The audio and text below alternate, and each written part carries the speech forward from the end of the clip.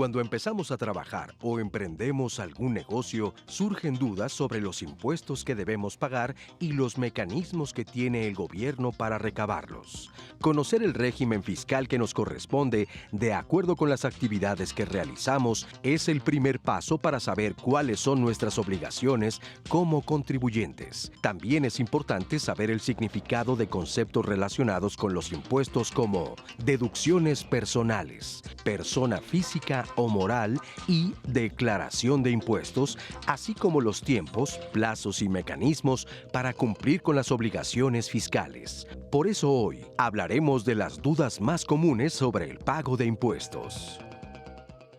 ¿Qué tal el tema de hoy? Interesante, porque estamos en el mes de abril, en un mes importante para cumplir con nuestras obligaciones fiscales. ¿Qué son las obligaciones fiscales? ¿Qué impuestos tenemos que pagar? ¿Quiénes pagan impuestos? ¿Qué es una persona física? ¿Qué es una persona moral? ¿Qué son estas siglas? IVA, impuestos sobre la renta. ¿Quiénes tienen que cumplir con ellas? ¿Quiénes no? Hay muchas dudas, sobre todo para quienes empiezan a trabajar. ¿Cómo es que se cumple con estas responsabilidades y al mismo tiempo qué obtengo yo cuando pago mis impuestos? O sea que el tema invita a que todas sus dudas nos las hagan llegar y por eso queremos agradecer en este momento, además de Nati, que estará muy pendiente de sus mensajes, a nuestros intérpretes en lengua de señas mexicana, Istiel Caneda, Lía Vadillo. Muchas gracias por su interpretación y también, pues como les digo, en las redes sociales todas sus preguntas, sus dudas, hasta la más básica, son importantes. Nati. Lupita, buenos días, pues ya pendiente y al tanto de la voz de nuestra audiencia para traerla aquí al panel. Muy bien, pues ¿qué les parece si para empezar revisamos cómo es que nos tenemos que dar de alta ante la Secretaría de Hacienda, ante el SAT? ¿Quiénes tienen que hacer este trámite? ¿Por qué habría que hacerlo? Y para ello es importante escuchar a Rosalía Ortega López, que es presidenta de la Comisión de Auditoría Fiscal del Colegio de Contadores Públicos de México. ¿Cómo darnos de alta en el SAT? Lo primero que habrá que hacer es determinar cuáles son las actividades que vamos a desarrollar. Es importante saber si vamos a vender un producto, a dar un servicio profesional o algún otro tipo de servicio, o incluso si vamos a tener una actividad empresarial. También será importante estimar el monto de los ingresos que vamos a tener durante el primer año, ya que esto será parte determinante para saber cuál es el régimen que tenemos que tener o que nos conviene. Si no somos capaces de saber cuál va a ser esta actividad, será importante acercarse con un contador que nos pueda asesorar y poder saber qué es lo que mejor nos conviene.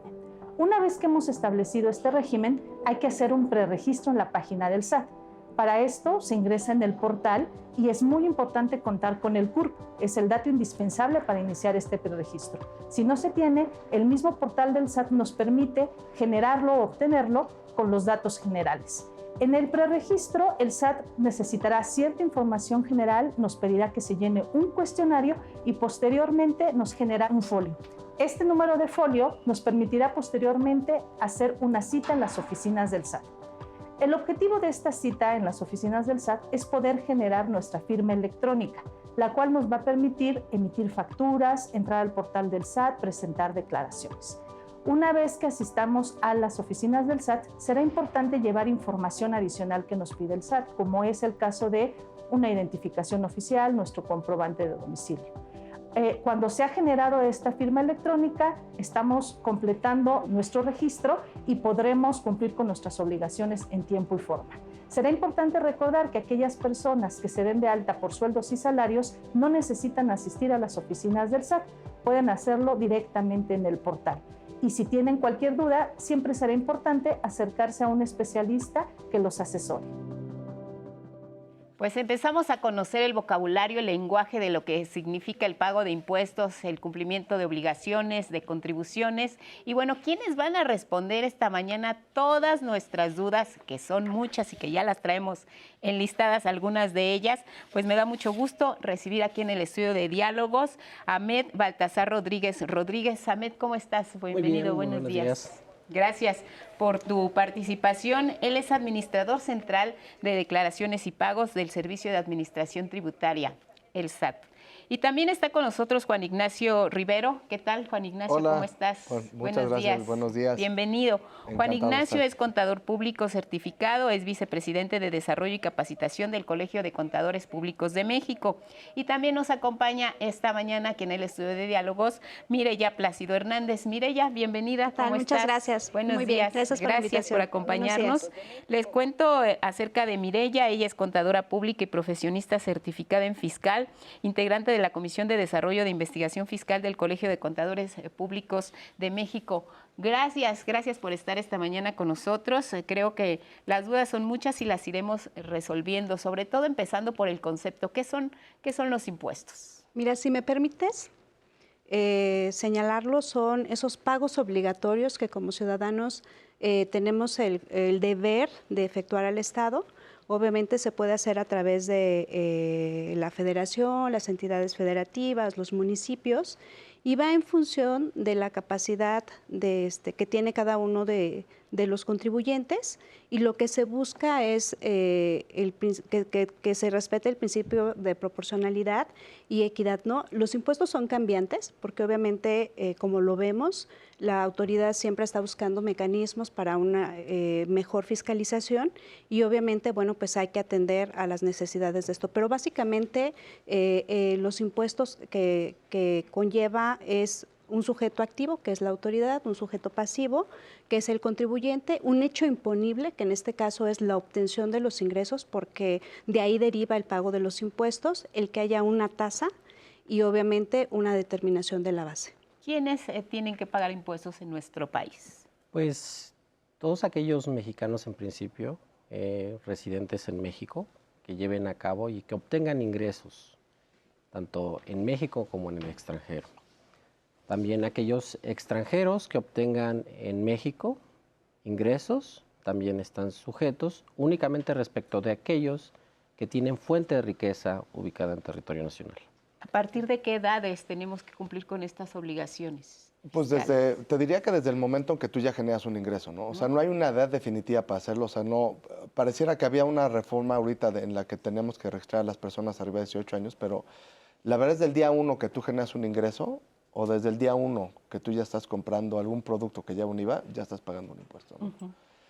Que quisiera hacer una acotación y creo que es importante con la respuesta o la pregunta que hiciste la vez pasada, Ahmed, y yo concuerdo con eso. México se tornó a decir que tú tienes que pagar los impuestos sobre los ingresos que tú generas en México, pero también tenemos una base mundial, o sea, todos tus ingresos a nivel mundial, ¿no?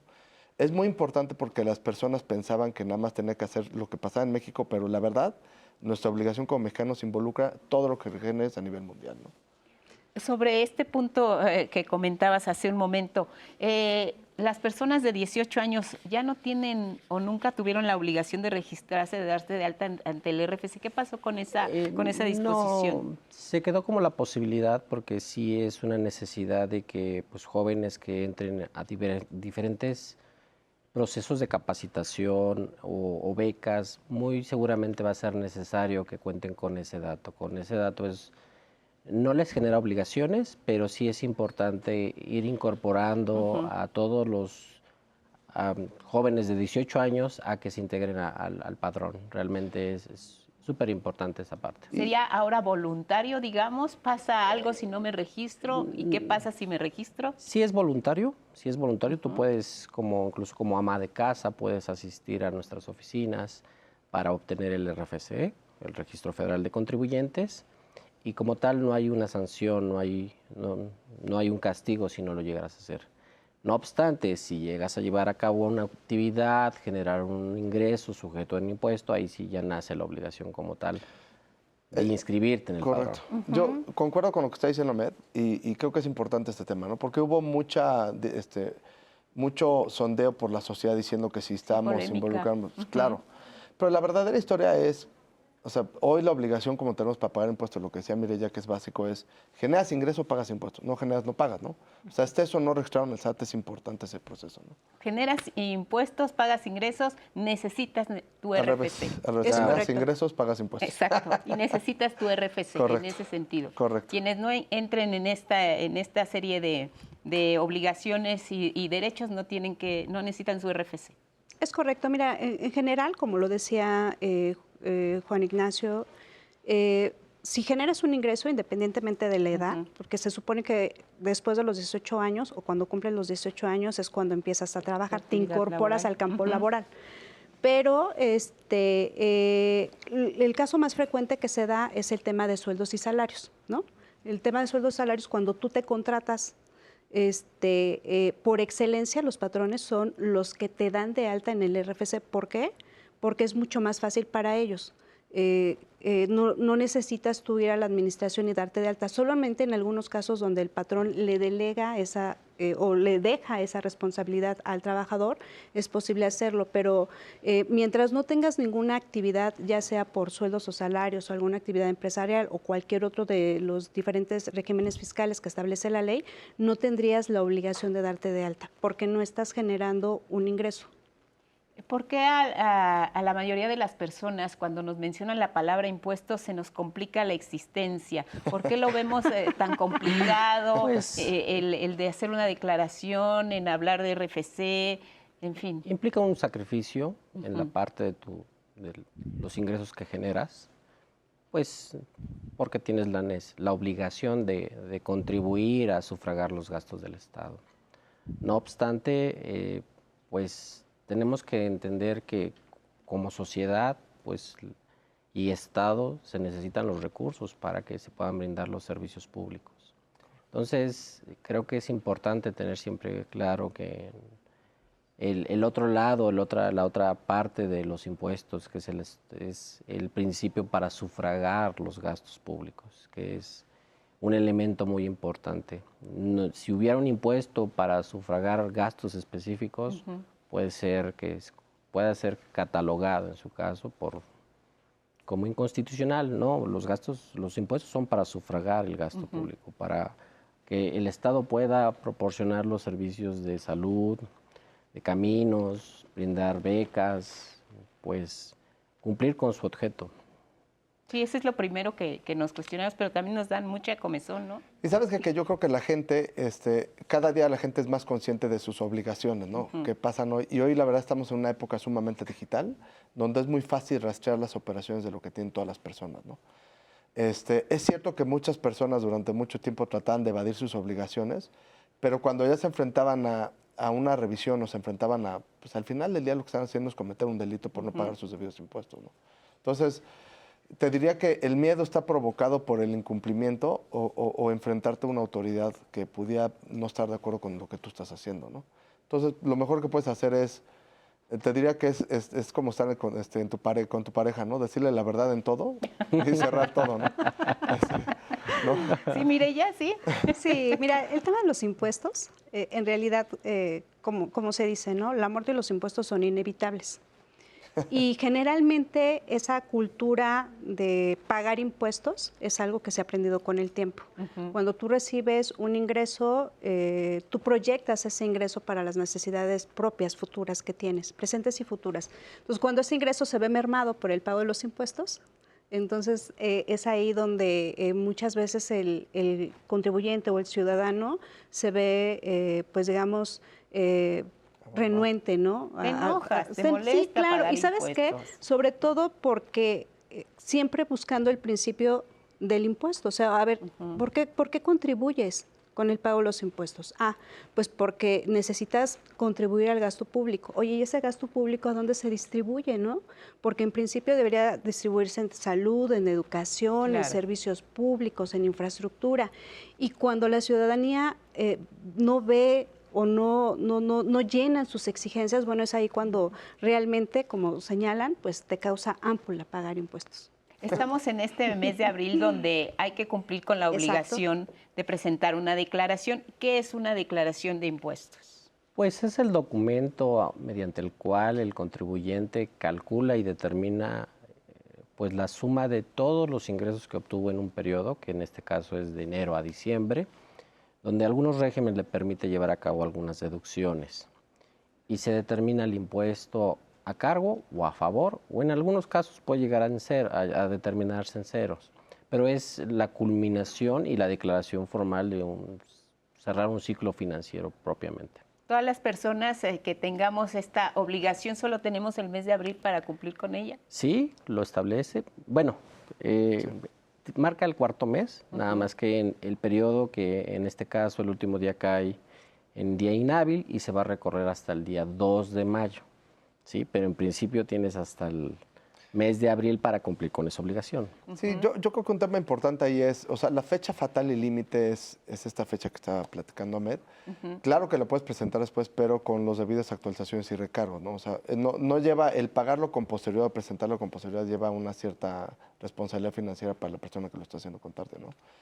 También es posible que la propia autoridad lo requiera y que te pueda emitir una multa por no presentar la declaración a tiempo, o inclusive una propia revisión, que eso te llevaría también a más multas, no solo por la no presentación, sino por no pago el impuesto en momento. Pues estamos comenzando a familiarizarnos con este concepto. Para mucha gente, sabemos que nos pueden estar viendo personas que ya manejen el lenguaje de los impuestos, sobre todo los contadores, que para ellos resulta muy fácil hablar de declaraciones y de impuestos sobre la renta y de IVA y de RFC, pero si lo haces por primera vez, ¿qué es lo que tenemos que tomar en cuenta? Platicamos con Roberto Colín Mosqueda, presidente de la Comisión de Desarrollo Fiscal del Colegio de Contadores Públicos de México, y él nos orienta. Vamos a ver qué nos dice acerca de la declaración anual por primera vez. Estamos en el mes de abril y en este mes de abril es la fecha para presentar la declaración anual de las personas físicas. Les voy a comentar de manera rápida de 4 elementos importantes para la presentación de la declaración anual que debemos de tomar en cuenta. Uno de ellos es tener el RFC activo, con las actividades que tiene el contribuyente y de las cuales va a presentar su declaración. La otra es contar con la contraseña del RFC. Esta es importante porque nos va a permitir acceder a los aplicativos para presentar la declaración anual de las personas físicas. Otro elemento importante es la firma electrónica, que será necesario obtenerla cuando se obtenga un saldo a favor mayor a 150,000 pesos o se requiera cambiar la clave interbancaria. Y finalmente, la clave interbancaria, una clave interbancaria de 18 dígitos que debemos de tomar en cuenta que esté activa y a nombre del titular de la cuenta, que debe de ser el contribuyente, que esto nos podrá ayudar de manera sencilla para obtener la devolución en esa cuenta interbancaria. Una vez teniendo estos datos, pues se podrá presentar la declaración anual a través del portal del SAT en la página www.sat.gov.mx, tomando la opción de personas físicas y la opción de declaraciones. Podremos acceder al aplicativo y en este aplicativo es a través del cual se va a presentar la declaración anual. Vamos a entrar con la contraseña que hemos mencionado y bueno, pues la información de ingresos, deducciones personales, retenciones, deducciones autorizadas si se tienen otros regímenes fiscales, ya va a estar precargada. Y bueno, pues estas son las recomendaciones y esos sencillos pasos para poder presentar la declaración anual por primera vez. Pues así como lo contó, pues sonó muy sencillo. De veras es tan sencillo. La primera vez, hablemos de la primera vez, ya después hablamos de las siguientes. Sí, así es. El Servicio de Administración Tributaria está haciendo un gran esfuerzo para que pues conjuntar toda la información que llega a través de diversas fuentes, como son comprobantes fiscales digitales, como son una presentación de declaraciones informativas, como las mismas declaraciones que presenta el contribuyente. Toda esa información se busca que se concentre y que en sí se hable para que el contribuyente, al momento de presentar su declaración, tenga todos los elementos a la mano. ¿Necesitamos del apoyo de un contador o lo podemos hacer solos? En principio lo puede llevar a cabo, pero es válido siempre la asesoría de los profesionales. ¿Por qué? Porque puede ser temas muy sencillos, pero puede haber también pues, temas muy complejos. Como los... Sí, creo yo, y esta es una percepción que hemos tenido, que la verdad es que empezamos como 0 a 100. Te platicaba hace unos momentos que la gente se ha vuelto más consciente y empezó a declarar más, ¿no? También es cierto que las reglas han cambiado porque anteriormente, cuando tú tenías, hasta hace unos 15 años más o menos, o 10 años, todas las personas que trabajan para un solo patrón no tenían que presentar su declaración, sino que la propia empresa hacía un ajuste y ya no tienes que hacer tu declaración. Hoy por hoy, todas las personas en principio tienen que presentar una declaración sí o sí, y hay opciones para no hacerlo cuando tienes menos de 400,000 pesos de ingresos de sueldos salarios y entre otras opciones, ¿no? Eso que hace que la gente empezó a hacerlo por sí mismo, a la par que la autoridad se avanzó y logró tener esta plataforma tecnológica que hoy estamos utilizando. Y el gran tema que tenemos es que la gente no buscó la debida asesoría para saber cuáles son, no solo cómo verificar que la declaración esté bien, sino también saber cuál es el límite de las deducciones que te permite la ley, ¿no? Claro. Entonces, aunque la propia declaración te marca de manera automática lo que ya tiene registrado, preregistrado por ingreso, por deducciones, siempre hay que hacer una revisión de qué es lo que tienes ahí como recomendación general para saber que estés cumpliendo en la debida forma, ¿no? Para no equivocarme, sobre todo a la hora de llenarlo. Correcto. Entonces, por primera vez voy a presentar mi declaración. Por lo que escuchábamos en la cápsula, necesito tener mi registro federal de contribuyentes activo, que Correcto. es muy importante. Saber qué tipo de servicio estoy prestando, que también es fundamental. La contraseña del registro federal de contribuyentes. Vamos a ir por pasos. Si no tengo mi contraseña o se me olvidó, ¿cómo la recupero? Hay una herramienta que se llama SAT-ID. ¿Cómo se llama? SAT-ID. SAT-ID. Sí, esta herramienta, la verdad, el año pasado con el tema de la pandemia realmente nos ayudó mucho porque pues no podíamos tener contacto físico. Esta herramienta, nuestra agente de informática se esforzó y logró que a través de Internet se pudiera recuperar la contraseña o generar los certificados para que de firma electrónica avanzada. Y en 3 pasos muy sencillos, tú entras a la aplicación o a la aplicación móvil, llenas los datos, escaneas tu identificación, te pide grabar un video, decir una frase, y con ello se envía. Se aceptan los términos del aplicativo, y en el plazo de 5 días la autoridad te contesta y te dice, sí cumpliste con los requisitos y con nuestros controles de seguridad, porque es un tema de autentificación del contribuyente, en el cual se te autoriza y te da la liga para que tú pongas tu nueva contraseña. Esa tú la decides. O en su caso te da las razones por las cuales no cumpliste. Pero es una herramienta que incluso actualmente porque pues efectivamente hubo un rezago muy importante, nos ha ayudado a abatir esas cargas y esos rezagos, ¿no? De todos modos, también ya están abiertas las administraciones desconcentradas, donde nuestros compañeros pues, están haciendo lo posible para que a través de citas los contribuyentes puedan asistir.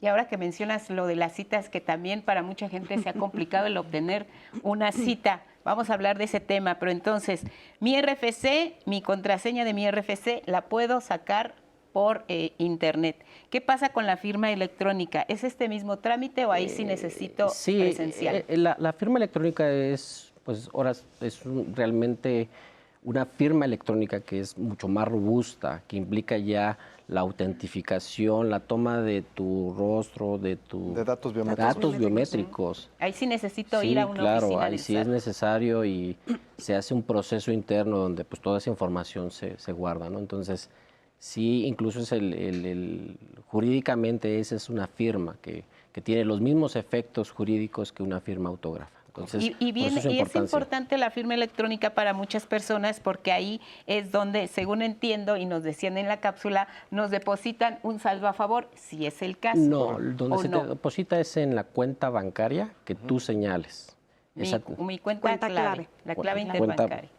Cuenta clave, necesitas esa cadena, tienes que señalarla para que a esa cuenta se te deposite tu saldo a favor. ¿Pero necesito mi firma electrónica para que me hagan este trámite? No, bueno, cuando es la primera vez sí. Correcto. La primera vez sí. Y cuando estamos clamando los primeros datos bancarios y los primeros datos personalizados, te piden la firma electrónica, perdón. Que hoy es e-firma, ¿no? Ha cambiado el nombre, de hecho, digo, nomás como dato cultural, la primera vez que sacaron esta firma, se llamaba la firma electrónica avanzada y alguien le puso el acrónimo internamente, la FEA, ¿no? Yo no sé por qué se quedó eso durante un tiempo y luego le cambiaron a la FIEL, que se suena más atinado que... Claro. ¿no? Y hoy por hoy es la e-firma, ¿no? Así es. Pero es una firma electrónica que en este caso tiene los mismos efectos jurídicos. O sea, esta firma, si tú presentabas anteriormente tu declaración, tú tenías un recuadro donde firmabas, ¿no? Hace las mismas veces de eso. Y hoy nada más te lo piden para ciertos casos. Entonces, si tú tienes una devolución de arriba de 150,000 pesos, que espero que sea así, te la van a pedir. Solo en el caso de Solo que en caso sea... que sea. O en la primera vez que estamos estableciendo datos personalizados como cuenta bancaria. O cuando cambies, no sea la primera vez, pero cambies tu cuenta bancaria. Correcto. Sí, no puedo en ese momento, porque no tengo toda la documentación y tengo un saldo a favor. ¿Ese saldo a favor me lo guardan? Sí, claro. ¿Por claro, cuánto tiempo? Claro. No, pues tienes 5 años. 5 años. 5 años. 5 años y nomás que hay un beneficio que la autoridad da, que si la presentas la declaración en tiempo y forma, te la dan de forma automática.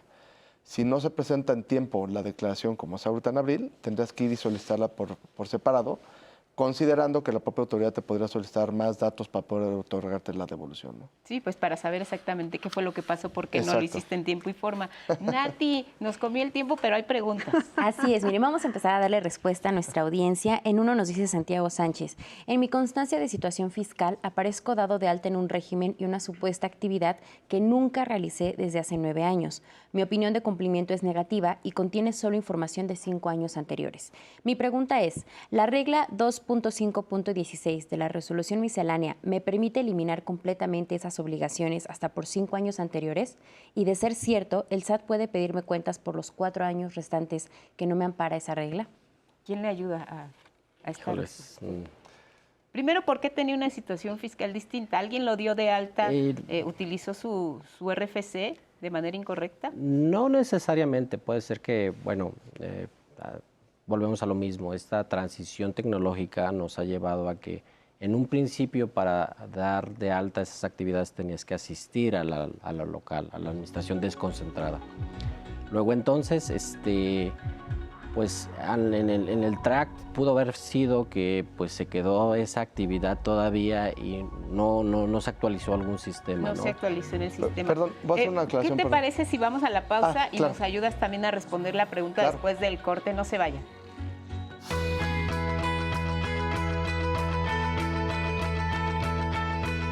Los impuestos son una contribución en dinero o en especie de carácter obligatorio que fortalecen la economía del país. Gracias por continuar con nosotros. Estamos completamente en vivo aquí en Diálogos en Confianza y yo los invito a que mañana no se pierdan la emisión. Vamos a hablar del tema Mi pareja es mayor que yo. Se dice que para el amor no hay edad. Vamos a considerar todas estas ideas, prejuicios que existen en torno a las relaciones en las que hay una gran diferencia de edad. ¿Qué pasa con los proyectos de vida? ¿Tiene que ver que sean de diferentes generaciones las personas para que fracase o para que tenga éxito la pareja? ¿Qué es lo que debemos considerar? De eso vamos a platicar mañana aquí en Diálogos en Confianza. Y hoy pedimos de su colaboración en caso de que tenga algún dato sobre el paradero de la persona que a continuación le voy a mostrar. Él es Dominic Guial Delgado Bustos. Fue visto por última vez en la colonia Lindavista Norte, en la alcaldía Gustavo Amadero, aquí en la Ciudad de México, el 25 de marzo de 2022. En este momento ve la fotografía de este pequeño Dominic Guial Delgado Bustos, y si tiene información sobre su paradero, se puede comunicar al 55 56 74 79 02. Y aquí en Diálogos en Confianza agradecemos de su colaboración. Y vamos con más de las preguntas que nos han llegado del público aquí en las redes sociales. Nos dicen, por ejemplo, en Facebook, Ricardo Rivera Macías: ¿qué tan cierto es que los maestros de secundaria a cargo del gobierno del estado tenemos que pagar impuestos, así como subdirectores y directores? También Miguel Ángel Hernández: ¿cómo calcula el SAT lo que tiene que devolvernos en la devolución de impuestos? ¿Y por qué a veces es a favor y otras veces es en contra esta devolución? También nos dicen: la tía de mi esposo es jubilada del ISSSTE e IMSS. Su pensión su pensión total son 400,000 pesos. Mi pregunta es: ¿qué obligación tiene ella con el SAT? Nos han llegado muchas preguntas. Los pensionados, ¿qué obligaciones tienen también ante el SAT? También Colibri Marite nos dice: yo vendo productos de belleza por catálogo. ¿Tengo que hacer algún trámite de RFC? ¿Tengo que declarar impuestos? La empresa para la que trabajo me da factura de cada pedido que realizo. ¿Qué obligaciones fiscales tienen en este caso las personas? También nos dicen: yo soy asalariada de la SEP y quiero saber en qué establecimientos debo solicitar factura. ¿Solo en servicios médicos y colegiaturas de escolaridad básica? ¿O también puedo facturar, por ejemplo, notas de gasolina, gastos de súper, restaurantes, hoteles. Agradezco su atención, nos dicen. Y en una llamada, finalmente, Mónica Suárez. Yo soy arrendataria desde hace algunos años. En 2 ocasiones acudí al SAT para declarar impuestos y me comentaron en esas 2 ocasiones que no debo hacer declaraciones respecto a la renta de ese departamento. Sin embargo, el año pasado me comentaron que debo declarar impuestos y también el departamento que rento. ¿Habría consecuencias si no declaré antes ese departamento? Son las dudas que hasta ahorita nos han llegado, Lupita. ¿Qué les parece si empezamos por responder la duda anterior que quedó a medias, la respuesta del joven que estaba dado de alta en una actividad que no había desarrollado nunca hasta ese momento? Correcto. Yo, fíjate que primero quería decirte, antes había una facultad del propio SAT que cuando tenías o hacías alguna actividad, el propio SAT te podía dar automáticamente de alta esa clave, ¿no?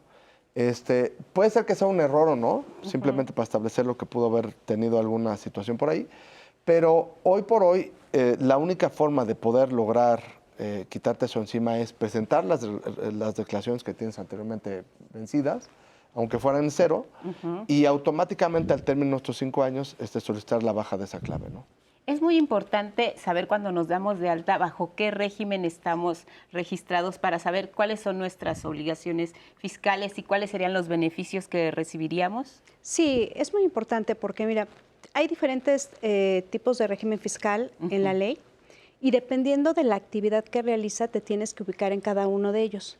Y la diferencia, hay grandes diferencias en cada uno de ellos porque cambia, la determinación en el pago del impuesto, puede cambiar la tasa, que puede ser progresiva, hay ingresos exentos para algunos regímenes fiscales, pero también lo que hay que considerar es que puedes aplicar deducciones autorizadas, que son las deducciones que son atribuibles y estrictamente indispensables para las actividades que realizas. Y obviamente, bueno, hay ciertas limitaciones, ¿no? Entonces, dependiendo de la actividad en la que te encuentres, es el régimen fiscal y eso va a depender de las deducciones que vas a poder aplicar y también la forma en la que tienes que calcular el impuesto.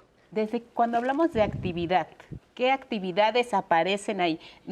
Cuéntame algunas que no nos imaginamos siquiera que pudieran estar. O sea, seguramente está un contador, un médico, un psicólogo, un comunicólogo, un periodista. ¿Quiénes están ahí que no saben que pueden tener un registro ante el SAT? Mira, o sea, te voy a decir, y consiguiendo un poquito la idea de cuenta, cuando eres una persona moral, una persona moral, imagínate que es una olla, ¿no? Y vas a hacer una sopa, entonces metes el caldo, el arroz, el pollo, las verduras y todo se suma, ¿no? Entonces tienes todos tus ingresos y todas tus deducciones. Entonces, las personas físicas, como estaba diciendo bien Mireya, decían, tú tienes diferentes tipos de ingresos, ¿no? Y cada uno de esos conlleva una base totalmente diferente. A pesar de que al final se sume y pagues un solo impuesto, cada uno de ellos tiene una fórmula diferente como calcularse. Entonces tienes sueldos, salarios, tienes actividades profesionales y actividades empresariales, que ahí es donde caben todos estos profesionistas de lo que hablabas. ¿No? No quiero decir que todos los que automáticamente estaban ahí. Tienes intereses, venta de bienes, renta de bienes, tienes dividendos y tienes otros ingresos. Y en esos otros ingresos caben todo, ¿no? Todos. Pero es importante, lo que decía Mireya, para mí es la base de todo, ¿no? Cada uno de estos ingresos tiene una fórmula específica de cómo calcular su base, ¿no? Aunque al final se llegue a una sola pago de impuestos, la fórmula de cada uno es totalmente diferente. Ahora, todos los profesionistas, si había una pregunta por ahí específica de los arrendatarios o de las personas que vendían, por ejemplo, productos en casa, hoy el SAT, por medio de la legislación, implementaron un nuevo programa que es el Recico. En principio, estas personas que venden productos deberían estar cayendo, por ejemplo, en actividades empresariales. O sea, es una empresa como si fuera una persona física, ¿no? ¿Qué es Recico? Recico es régimen simplificado de confianza. Acaba el Congreso de la Unión. Y que muchos lo están agradeciendo, ¿eh? A partir del 1 de enero estableció este régimen en el cual, pues, sí facilita mucho el trabajo. Y te voy a decir por qué facilita. Porque en función de los CFDIs que emita, es decir, las facturas que emitan estas personas que llevan a cabo una actividad, esa información la va a consumir nuestros sistemas y nuestras declaraciones. Lo va a alimentar y en función de lo que hayas facturado, va a declarar el sistema y te va a permitir hacer un cálculo muy sencillo con una tasa muy bajita que va a permitir, pues, que tengas mayor flujo para ti. ¿En qué consiste? De que no tienes que hacer dos cosas. Lo que sí tienes que cuidar es que tu comprobante sea timbrado correctamente durante el periodo para que en automático el sistema con esas facturas alimente la declaración. Entonces, ya la declaración, pues prácticamente vas a tener que entrar a ver el visor de ingresos para ver que efectivamente coincida con la información y si estás de acuerdo, pues conforme a esa información se determine tu impuesto.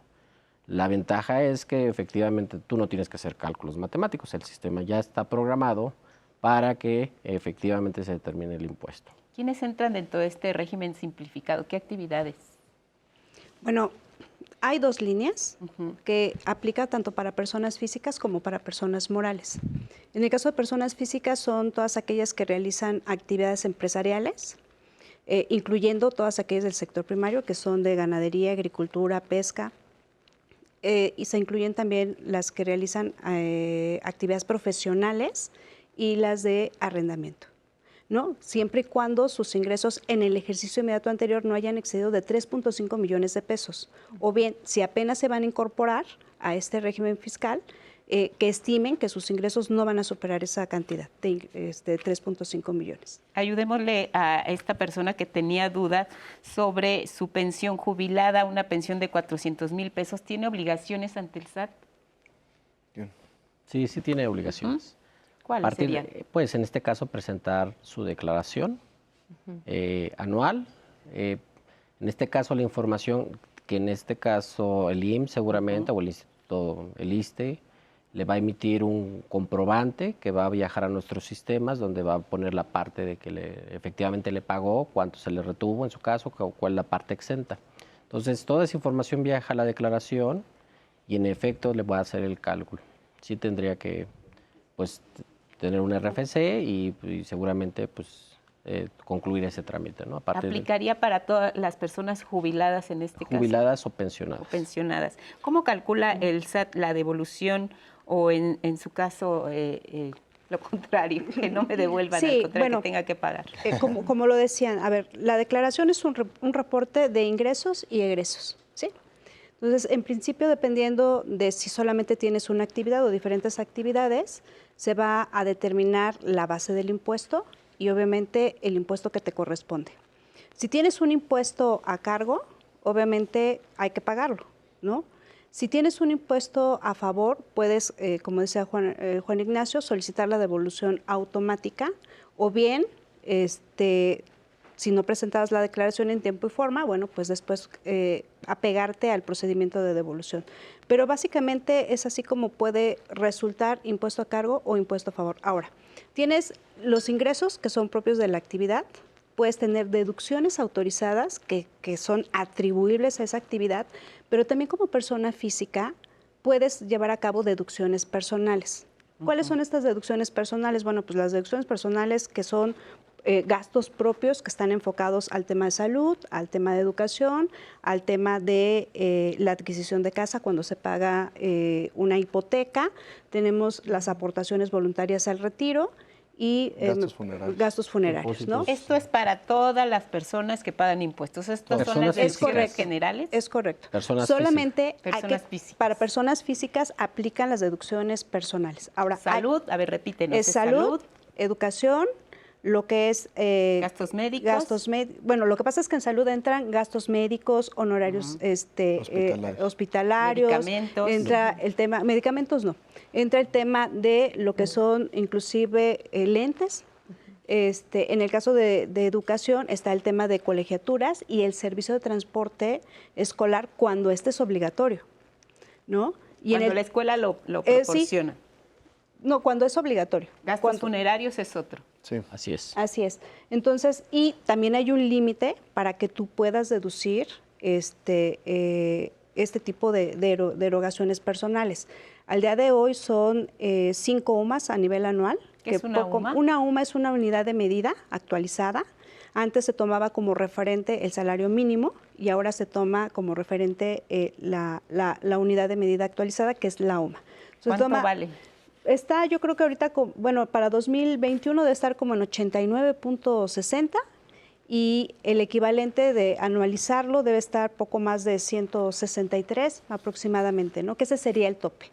Puedes aplicar ese tope o bien el 15% de tus ingresos, y lo que resulte menor es lo que vas a aplicar como tope de deducción personal, ¿no? En el caso de, había una pregunta de una persona que rentaba, pues ya vemos que sí tenía que haber declarado, pero puede deducir algunos otros gastos. Si yo rento y hago arreglos al interior del espacio que estoy rentando, ¿eso lo puedo meter para hacer deducciones? ¿Cómo aplica? De hecho, el régimen de arrendamiento específicamente tiene dos tipos de deducciones separadas, ¿no? Uno es específicamente los gastos que están vinculados con el arrendamiento, que es efectivamente las mejoras o las construcciones que hagas dentro del local, el predial y los gastos que estén inherentes al inmueble, ¿no? Y la segunda opción es, si no se pudiese comprobar que tuviese ese tipo de gastos, que puede ser relativamente común, tienes el derecho a tomar una deducción del 35% que le decimos la deducción ciega, ¿no? Entonces sí se puede tomar, sí hay deducciones para el régimen de arrendamiento. Me extraña un poquito que sea un comentario que el SAT les hubiera dicho que no tienen que pagar impuestos, ¿no? Pero yo en principio te diría, sí tiene que regularizarse de esos 2 años anteriores, porque el SAT tiene la facultad de revisarle esos 2 años anteriores al actual que va a estar pagando, ¿no? ¿Escucharon el comentario de los maestros de secundaria que estaban también inquietos con ese tema? Volvemos al principio básico de que cualquier residente en México que obtenga ingresos tiene esa obligación de presentar la declaración. Correcto. Muy bien. Ese es el principio rector. Pero un último punto, el reciclo que platicábamos para el arrendamiento también les aplica. Entonces, si se quieren regularizar, habría que registrarse bajo ese régimen. Puedes pagar regularizarte y luego meterte en lo subsecuente al reciclo, ¿no? O sea, a partir de enero a la fecha. Exacto. A partir de enero. Sí, no lo puedes hacer retroactivo. Ok. Solo si lo haces, digamos, en estos meses, que entre dentro sea vigente. Exacto. A partir de tendría que regularizarse bajo el régimen fiscal de arrendamiento por años anteriores, y a partir del 1 de enero de 2022 tiene como opción incorporarse a este nuevo régimen fiscal y tributar bajo las facilidades que da el reciclo. ¿Le sumas, digamos, a tu régimen original o desechas ese régimen anterior y te quedas solo con uno? Lo cambias porque adoptas el nuevo régimen que Correcto. En principio te da ciertas facilidades administrativas y ciertas ventajas de eficiencia en el pago de impuestos. Muy bien, tenemos una cápsula con Leticia Valladares López, vicepresidenta de la Comisión de Desarrollo Fiscal del Colegio de Contadores Públicos, y precisamente ella nos va a hablar de este asunto, los gastos deducibles y en qué condiciones aplican. Vamos a escucharla y a verla. Hola, buenos días. Pues ya estamos en abril, ya es momento de presentar la declaración anual de las personas físicas, y para esto debes recordar que puedes aplicar deducciones personales.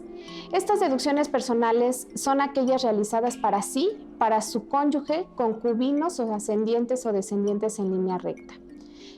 Estas personas no deben percibir más de un salario o una UMA al año, que más o menos son 32,000 pesos. Y un aspecto a considerar para todas las deducciones personales es que estas deben realizarse con transferencia electrónica de fondos, cheque nominativo, tarjeta de débito, de crédito, pero no en efectivo. Dentro de estas deducciones personales podemos encontrar a los gastos médicos, dentales, hospitalarios. En el caso de medicamentos, estos deben de venir referenciados en la factura del hospital, no de farmacia. Pasando a los gastos funerarios, estos deben de utilizarse en el año en el que se están considerando como deducción y no deben ser superiores a 32,000 pesos. En el caso de los donativos, estos deben realizarse a donatarias autorizadas y no deben de ser superiores al 7% de los ingresos acumulables o del 4% cuando se realicen para gobierno. También tenemos las aportaciones complementarias para el retiro. Estas no deben de ser superiores a 163,000 pesos aproximadamente, o tampoco pueden ser superiores al 10% de sus ingresos acumulables. Adicionalmente, también tenemos el transporte escolar, cuando este es obligatorio en la institución educativa. Muy importante considerar que estas deducciones personales tienen una limitante global además de sus limitantes individuales o condiciones individuales. Esta limitante global es que el total de las deducciones no rebase la cantidad de 163,000 pesos o el 15% del total de sus ingresos. Para esta limitante global no se van a considerar obviamente los estímulos, los gastos por aparatos de rehabilitación o por incapacidad, tampoco los donativos ni las aportaciones complementarias para el retiro. Y bueno, pues finalmente estas son las características generales de las deducciones personales. Hay algunas otras particularidades por las que te recomiendo que acudas a un asesor. Muchas gracias por esta información y vamos con más de sus dudas que nos llegan aquí en las redes sociales. Nos siguen preguntando a propósito de las personas pensionadas, o sea, para que quede muy claro para las personas que nos están viendo, en caso de los pensionados, ¿en qué momento ellos tienen que hacer una declaración de impuestos? ¿Son todos o solamente en algunos casos? Bueno, en principio la obligación nace de presentar la declaración anual cuando los pensionados obtienen ingresos por este concepto superiores a los 400,000 pesos. Ahora, el pensionado puede presentar de forma voluntaria la declaración anual cuando tenga deducciones personales y quiera la obtención de la devolución de ese saldo a favor que genera la retención que le hizo la persona que pagó la jubilación. Ok, muy bien. También nos dice Teresa de Jesús, soy asalariada y cada quincena me descuentan mis impuestos por todo lo que me pagan. ¿Por qué entonces al final de año todavía tengo que pagar más impuestos? Si ya lo hice en su momento en cada pago salarial, ¿me podrían explicar cómo funciona? Sí, es muy simple. A ver, hay tres consideraciones por las cuales se te obliga a presentar la declaración anual de personas físicas. Una de ellas es que tengas ingresos superiores a 400,000 pesos. Dos, que tengas más de un patrón en el ejercicio. Y el tercero es que adicionalmente obtengas ingresos por actividades empresariales. Si tú no obtienes ingresos superiores a 400,000 pesos, no estás obligado a presentar la declaración anual, porque como ya habían señalado Juan Ignacio, el patrón es el que realiza el ajuste anual y si hay diferencias o no, las retiene al cierre del ejercicio. Básicamente, si esta persona que hace la pregunta no supera los 400,000 pesos de ingresos en el ejercicio, se tiene que olvidar de la declaración anual porque el patrón ya ha cumplido con la obligación de calcular, retener y enterar el impuesto. Ahora, hay casos, acuérdate que los impuestos es un tema matemático, ¿no? Al final del día se establece una tasa que está autorizada por la ley, que lo autoriza el Congreso de la Federación, y la problemática está en que tú tienes una obligación como patrón de hacer una retención, pero puede existir el caso, y estas tasas quincenales es la suma para llegar al anual es la misma tasa que deberías de estar haciendo a nivel anual, ¿no? Este ajuste funciona no más para hacer un precierre y decir, esto es lo que tú deberías de estar calculando a nivel anual. Y es posible que el patrón pudiera haber retenido de menos y en este ajuste como que se actualiza, ¿no? Entonces, sí puede ser que tú seas asalariado, únicamente asalariado, y tu patrón te haya retenido de menos, y también puede ser el caso que te pueda retener de más, ¿no? Que llegue el momento que llegue diciembre y ¿cómo se llama? Que de alguna manera no te retengan todo porque ya te sobreretuvieron en el transcurso del año, ¿no? Muy bien, también nos llega una pregunta. Yo quisiera agregar, y es importante, también pueden presentar aquellos empleados que no acabaron el periodo. Esta misma situación matemática puede ser que les arroje ese saldo a favor, o sea, les arroje. ¿Por qué? Porque como bien comentó Ignacio, el cálculo viene siendo ese quincenal. Entonces, al momento de que pues, eres despedido en determinado periodo, eso puede provocar que pues, estuvieras tributando en una tasa superior a la que deberías. Entonces, por lo general en esos casos, puede ser que te resulte un saldo a favor. También en casos donde tienes dos patrones, puedes tener diferencias de cocientes matemáticos, entonces podrías también tener diferencias ahí, ¿no? Ok, muy bien. También nos escribe un hombre que nos dice, yo trabajo para Estados Unidos y declaro impuestos allá, pero vivo en México. ¿También debo pagar impuestos acá? Pues hay un principio que tendríamos que analizar, que es precisamente el principio de renta mundial que comentamos, que en efecto, si en México tiene su residencia fiscal, tiene que traerse todos los ingresos de cualquier parte del mundo. A lo mejor me va a regañar Ahmed, pero voy a hacer un poquito de disyuntiva y lo voy a poner a plática. Pero cuando tú eres empleado de una entidad estadounidense, y ahorita el teletrabajo nos ha forzado a tener muchas cosas así, ¿no? El Código Fiscal te establece que tú eres residente en México, de entrada porque eres mexicano. Nada más por ser mexicano ya eres residente fiscal mexicano. Pero entonces se establece una fórmula que le llamamos reglas de desempate, donde dices, si tú tienes una casa habitación en un lado, eres residente ahí.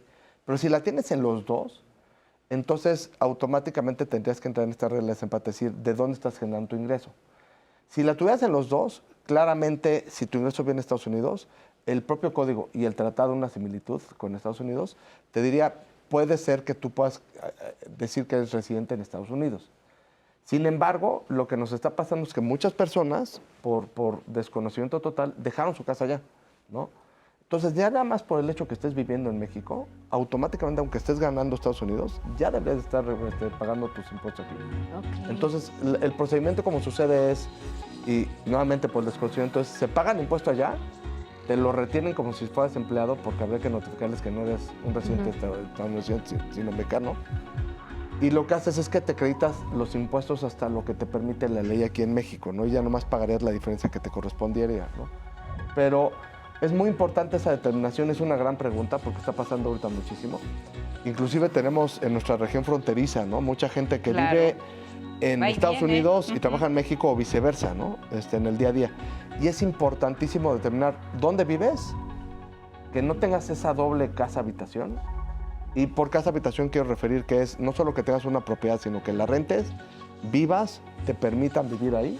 O sea, es donde tú, llámale tu morada, ¿no? Como en los, ¿cómo se llama? En los villancicos, ¿no? Vamos a ir a una pausa y regresamos.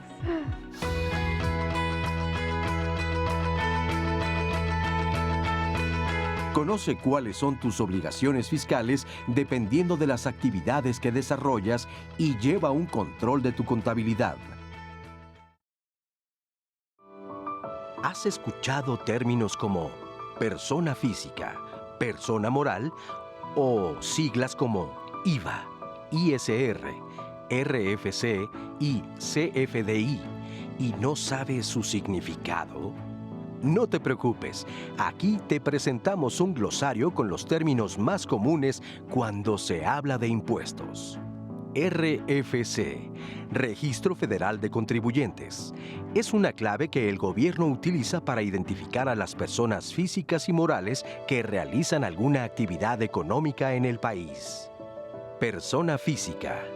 Persona que realiza cualquier actividad económica, vendedor, comerciante, empleado, profesionista, etc. Persona moral. Conjunto de personas físicas que se unen para la realización de un fin colectivo. Por ejemplo, formar una empresa. CIF. Cédula de Identificación Fiscal. Documento que expide la autoridad fiscal y que contiene información de la persona contribuyente como su nombre, CURP, clave de RFC, domicilio, etc. ISR. Impuesto sobre la renta. Impuesto que se aplica sobre los ingresos que incrementan el patrimonio de las personas contribuyentes, como es el caso de los salarios, honorarios y el arrendamiento y venta de inmuebles, entre otros. IVA. Impuesto al valor agregado. Impuesto sobre el consumo y se agrega al precio de productos y servicios que se comercializan. CFDI. Comprobante fiscal digital por Internet. Documento digital que se usa para comprobar el gasto o inversión realizados y amparar su deducción si fuera el caso.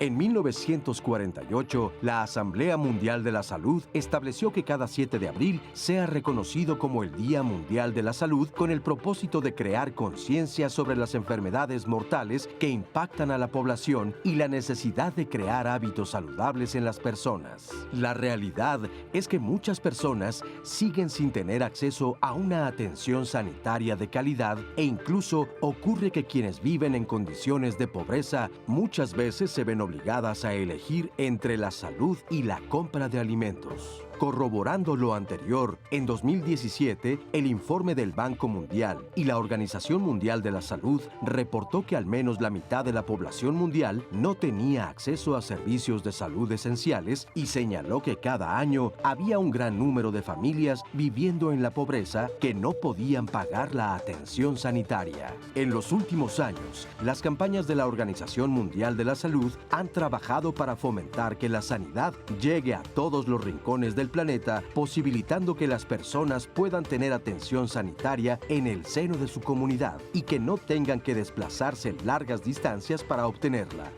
Este 2022, el tema del Día Mundial de la Salud es Nuestro planeta, nuestra salud, el cual trabajará una campaña en la que se instará a las personas, comunidades, gobiernos y organizaciones de todo el mundo a compartir sus historias sobre las medidas que están adoptando para proteger el planeta y su salud. Nuestro planeta, nuestra salud, qué importante y qué forma tenemos de hacer conciencia a partir de lo que escuchamos. Más de la mitad de la población que no tiene acceso a los servicios básicos de salud. Es muy triste, es muy doloroso. La pandemia nos puso en una situación muy especial y ahora también lo que está ocurriendo allá en el este de Europa. Hay que pensarlo, hay que meditar sobre lo que le estamos haciendo al planeta y cómo influye directamente en nuestro bienestar emocional, físico y mental. Así que en el Día Mundial de la Salud, un tema para reflexionar. Y esperamos que la gente haya podido responder a estas preguntas ya con más claridad, que es el RFC, ya lo hayan entendido, que es FDI, también porque veíamos en la cápsula que unos de plano decían que no, sabes lo que es el impuesto sobre la renta, no, sabes lo que es el IVA, sí. Entonces, ojalá y el programa les esté ayudando a tener más conocimiento acerca de la forma en que podemos presentar y responder a nuestras obligaciones fiscales. Y teníamos pendiente aclarar este tema de la persona que vive en México y paga impuestos allá en los Estados Unidos. Tendría la obligación de pagarlos aquí, que se ha incorporado también en el régimen fiscal. ¿Qué elementos se incorporaron a la declaración para que esto pudiera ser posible o aclararlo, ¿no? También. Sí, a partir de este año la declaración agregó una funcionalidad donde se va a tener que reportar ya las cantidades obtenidas para efecto de que en posteriores ejercicios la autoridad conozca pues esos saldos que trae el contribuyente de ejercicios anteriores de impuestos sobre la renta pagado en el extranjero por sus actividades que haya llevado pues en el extranjero, en países como Estados Unidos, Francia o cualquier parte del mundo, ¿no? Entonces, a partir de este ejercicio ya se agregó una funcionalidad. Es importante que la llenen porque si no llenan los recuadros de los años, de los periodos que se solicitan, pues el próximo año si quisieran llenarlo no van a poder. Por eso la importancia y pedí a los compañeros que me permitieran transmitirles esa parte para evitarles molestias en ejercicios subsecuentes para el llenado de sus declaraciones, ¿no? Es importante que ya vayan informando, que ya vayan incorporando a partir de este año esa información para efectos de que en ejercicios posteriores, pues si tienen el derecho y tienen la oportunidad, pues puedan a aplicar esos acreditamientos, que es la forma como se mitiga la doble tributación internacional. Si ¿no? ya la mandé, ¿la puedo corregir? Claro que sí, tienes que presentar una declaración complementaria de tipo modificación de declaración, ¿sí? Esa es la forma con la cual nosotros reprocesamos y sustituimos la declaración anterior. El visor de nómina, ¿para qué nos sirve? Pues ha sido una herramienta muy importante tanto para empleadores como para empleados, para que ellos conocieran de antemano pues cuáles las retenciones que ha llevado a cabo su patrón, ¿sí? Que ha hecho, pues nos ayuda a conciliar la información tanto de los FDIs emitidos por el empleador como para nosotros saber cuáles las cantidades que en su caso adeudan o tienen a su favor, porque puede ser que tengan alguna aplicación de algún estímulo como un subsidio para el empleo. Nos ayuda a tener visualizar esas cantidades, esos sumarizados, y que es importante tanto para el empleador como para nosotros, como para el empleado, porque pues, ahí se ve quiénes fueron los que llevaron a cabo la retención y el entero, ¿no? La importancia de la precarga de la información, ¿cuál sería? Pues en este momento, pues como se ha discutido, pues sí ha sido una herramienta muy importante porque le ayuda mucho, evita carga administrativa al contribuyente. No lo libera completamente porque sí tiene la obligación de verificar completamente que esa información que ya se precargó, pues efectivamente sea correcta, que efectivamente que esté completa, porque también puede darse el caso de que pues, pueda ser que no se cargó algún CFDI, alguna constancia. El contribuyente pueda en ese momento agregar los campos correspondientes, llenar los datos correspondientes, pues porque partimos del hecho de que él sí tiene la documentación comprobatoria correspondiente. Entonces se le da la oportunidad para que bajo el principio de autodeterminación él pueda declararnos pues cuál es su resultado final del ejercicio, ¿no? ¿Cuántas veces me puedo equivocar? Hasta 3. Hasta 3. El código te permite hacer modificaciones a las declaraciones hasta en 3 ocasiones.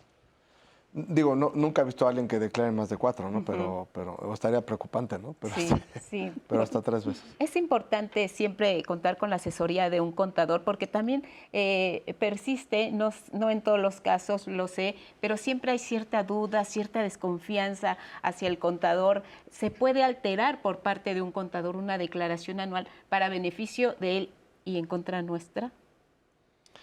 O sea, a ver, te voy a decir, sí.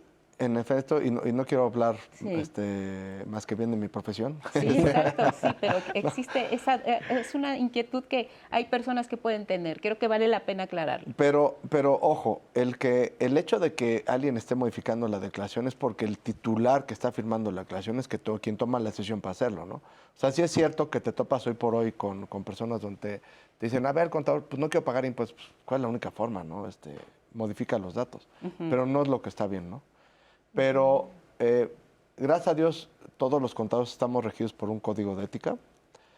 Debemos de tener una independencia, debemos de estar cuidando nuestro trabajo. Y nuestra obligación máxima es siempre decirle a los contribuyentes cómo tienen que cumplir sus obligaciones para pagar los debidos impuestos, ¿no?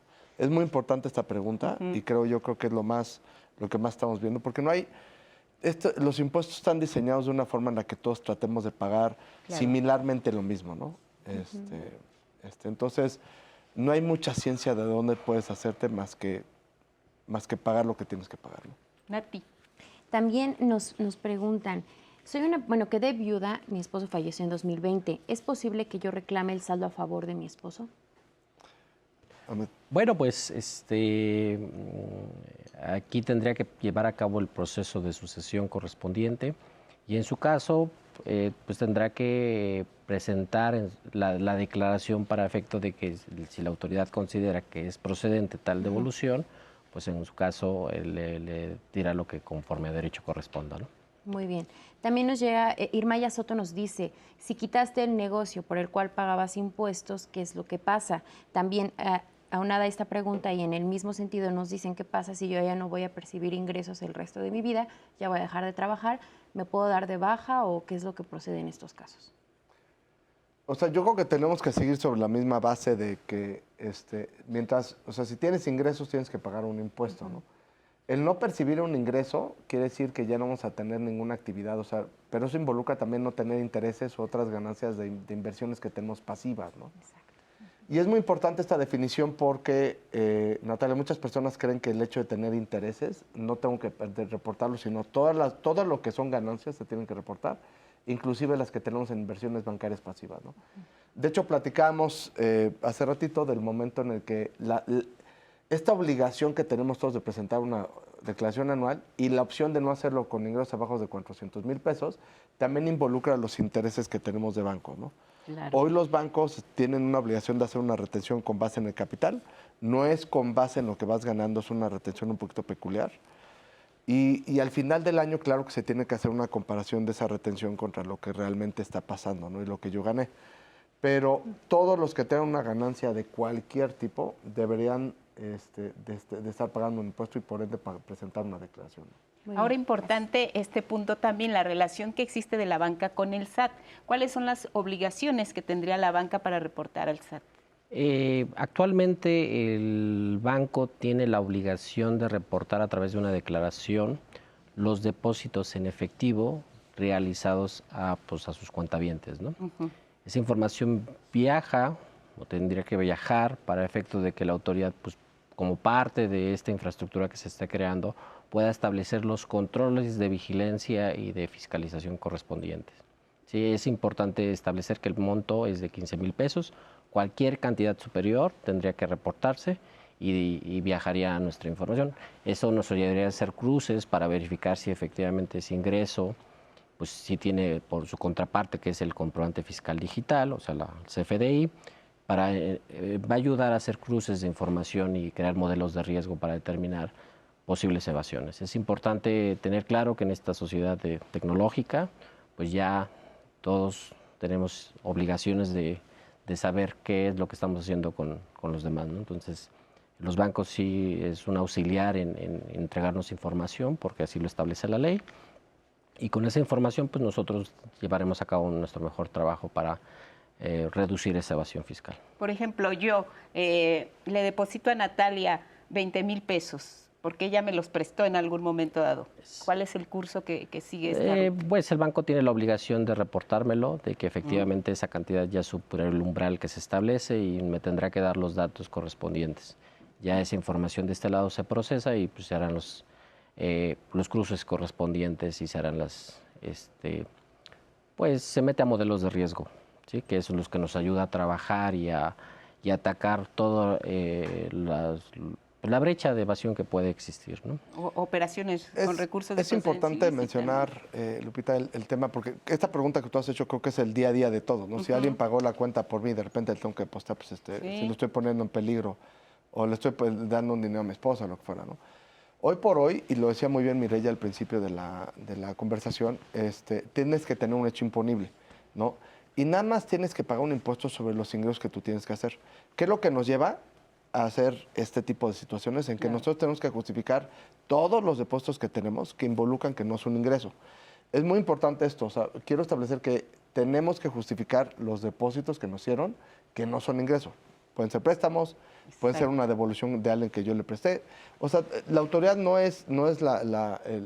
se sella los ojos contra eso. Nada más que siempre vemos eso cuando estamos ante los ojos de la autoridad y estamos tratando de documentarlo, ¿no? Entonces, nuestra recomendación siempre es, si va a pasar, que es sumamente normal que pase, nomás hagan un papel donde digan, te estoy regresando un dinero que tú me prestaste, o sea, que esté previamente establecido el por qué pasó alguna situación, ¿no? Para tener la evidencia para mostrarle a la autoridad en caso de ser requerida. Sí, porque la facultad cuenta con una facultad para considerar como presuntos esos ingresos. Eso es muy importante. Por eso la carga correspondiente de acreditar que no lo es, pues le compete en este caso al contribuyente, porque sí tenemos facultades para considerar como presunto, ¿sí? Muy bien, muy bien. Andrés Castuera, adelante. Hola, pues el día de hoy vamos a una obra que abarca una leyenda que muchos de ustedes quizá han escuchado, la mulata de Córdoba, esta mujer que fue condenada por la Inquisición y que aparentemente dibujó un barquito en la pared y que escapó y nunca se supo de ella. Pero lo interesante de esta obra que se presenta dentro del ciclo Brujas en el Foro Shakespeare es que se reinterpreta y se cuestiona no solo esta, sino muchas leyendas que de alguna manera son parte de esta violencia simbólica hacia las mujeres. ¿Cuántas leyendas que se han contado de generación en generación en realidad están ocultando algún tipo de violencia, desapariciones y, por qué no, a lo mejor los primeros feminicidios registrados en tiempos de la Inquisición? Así que vale mucho la pena ver esta obra donde justo se pone sobre la mesa, ok, sí, lo bello de las leyendas, pero bueno, ¿y qué pasó realmente con la mulata de Córdoba? ¿Cómo es que una mujer que fue encarcelada por la Inquisición desapareció y nunca se supo nada de ella? Vamos a ver estas imágenes del estreno ahí en el Foro Shakespeare y de regreso les digo cuándo, cómo y por qué no se pueden perder este capítulo del ciclo Brujas. Siempre es igual. Caminando apurada, las prietitas yo vi. Regresaban del trabajo caminando por ahí. Veníamos muy cansadas, pesada fue la labor, pero éramos 4, madre. Defenderla pude. Ay, padre, ese abuso, ese horror. Un barquito en la pared es una obra que estamos haciendo en equipo. Es una obra de mujeres, no solo para mujeres, sino para compartir con todes, en donde se habla de situaciones que siguen pasando en nuestro país y que no deberían de seguir pasando. La obra trata sobre la leyenda de la mulata de Córdoba, que es de 1600, pero pues retomarla ahorita es poner otra mirada sobre esa leyenda y entonces hablar sobre las desapariciones, sobre los feminicidios y también sobre todo a mujeres afrodescendientes, afromexicanas, que es algo de lo que no se habla. 4 contra 1, si cuento mejor. Yo, escoba, cajete y salvar a la prieta. Un golpe en las piernas con todo rigor. Un solo escobazo, ¡sa! Y el hocico en tierra, con todo el hedor de lodo en los ojos y ella en la banqueta con su molcajete romperle la jeta. Y a correr mi alma, que van a llegar los sopilotes a merodear, los que preguntan, ¿qué hizo de mal?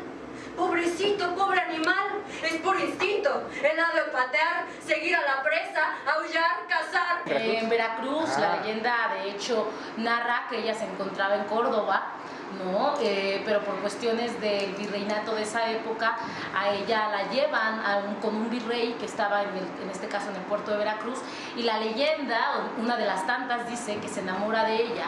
Y entonces hay varias versiones, pero bueno, al final, pa' pronto es a la mulata por órdenes de la Santa Inquisición, la apresan. Todo esto ocurre, digamos, en las celdas de San Juan de Ulúa, y por eso es que tanto las calles de Veracruz como el puerto de Veracruz es, digamos, el sitio de memoria para nuestra mulata de Córdoba. Las raíces se le convirtieron en piernas. La ramazón se le convirtió en brazos, cabeza, cuello, ojos, nariz, boca, donde antes una calandria le había dejado un nido deshecho, una barba rala adornó su cara.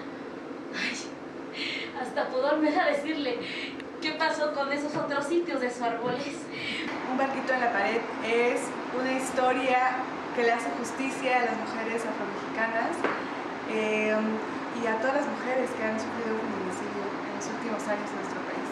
Una reivindicación de la leyenda de la mulata de Córdoba mediante un juego también de música, sonidos, multimedia, y va a venir a mover todas estas fibras que como mujeres nos tocan en estos días por los temas. Agua, nieve se ha perdido, su ausencia me destroza, le robaron su latido para meterla a una fosa, ya nada tiene.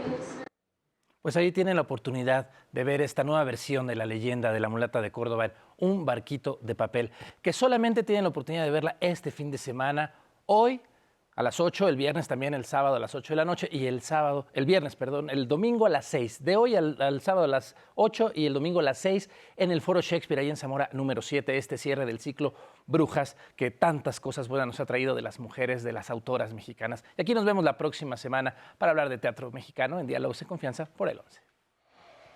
Así lo esperamos, Andrés. Muchas gracias. Ya Semana Santa la próxima, así que mucha gente estará también de vacaciones y hay opciones aquí en la Ciudad de México. Nati, ¿tienes más preguntas? Así es, Lupita. Nos dice Lu Peralta, ¿el sistema del SAT automáticamente te puede cambiar de régimen si aumenta o disminuye tu ingreso?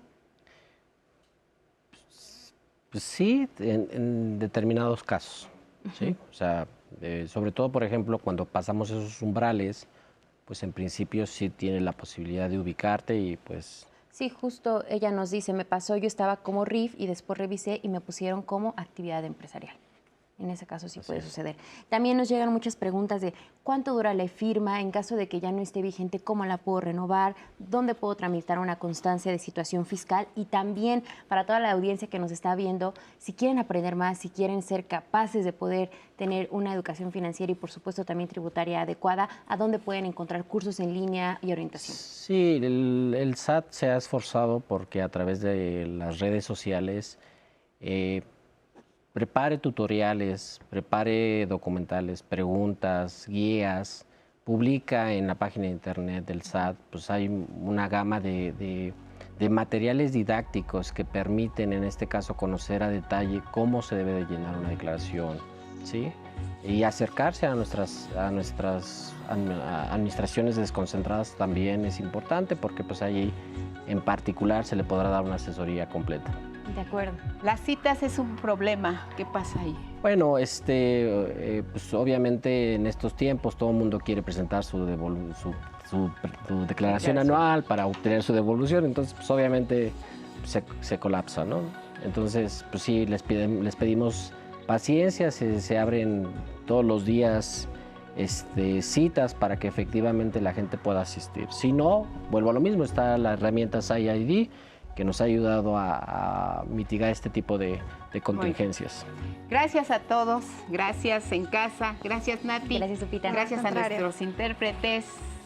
Excelente día para ustedes.